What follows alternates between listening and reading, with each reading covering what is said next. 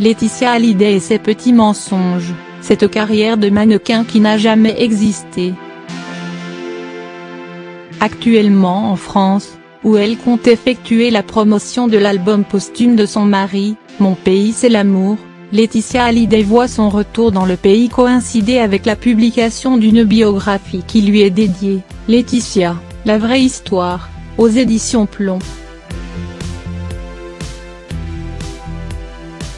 Signée Laurence Piéaud, directrice de la rédaction de Closet, et François Vignol, directeur adjoint des JT de M6, l'ouvrage assure que la mère de famille aurait exagéré certains aspects de sa vie passée.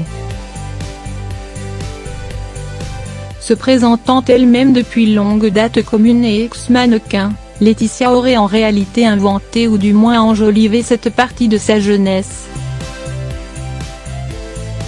Contactée par les auteurs de la biographie, la directrice de la célèbre agence de mode Michel Pommy Model, à laquelle Laetitia assure avoir appartenu, s'étonne des affirmations de la mère de famille. J'ai travaillé avec Laetitia Casta, confirme-t-elle, mais je suis désolée de vous dire que je n'ai jamais représenté Laetitia Hallyday. Si certains lecteurs pourraient voir ici une marque d'inattention ou une erreur sans grande importance, cette révélation vient s'ajouter aux autres découvertes effectuées par les deux auteurs de la biographie. Dans leur ouvrage, Laurence Piéaud et François Vignol ont en effet révélé que Laetitia Hallyday ne s'est pas contentée de s'inventer une carrière de mannequin mais qu'elle a également exagéré d'autres aspects de son enfance et de son adolescence. Ainsi, sa grand-mère, Mamie Rock, assure que Laetitia n'a jamais été martyrisée étant enfant.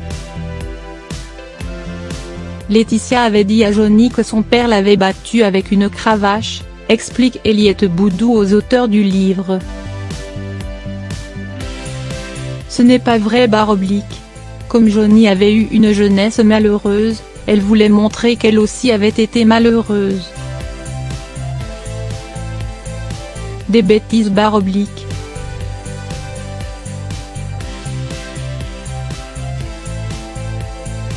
Même son de cloche du côté du père de Laetitia Hallyday. Alors que la veuve de Johnny a longtemps assuré avoir dû apporter très jeune du soutien à son père dépressif, le premier intéressé livre aujourd'hui sa propre version des faits. Ma fille n'est pas venue me soutenir à 13 ans, mais plutôt à 18 ans, révèle-t-il dans l'ouvrage. Elle exagère encore une fois.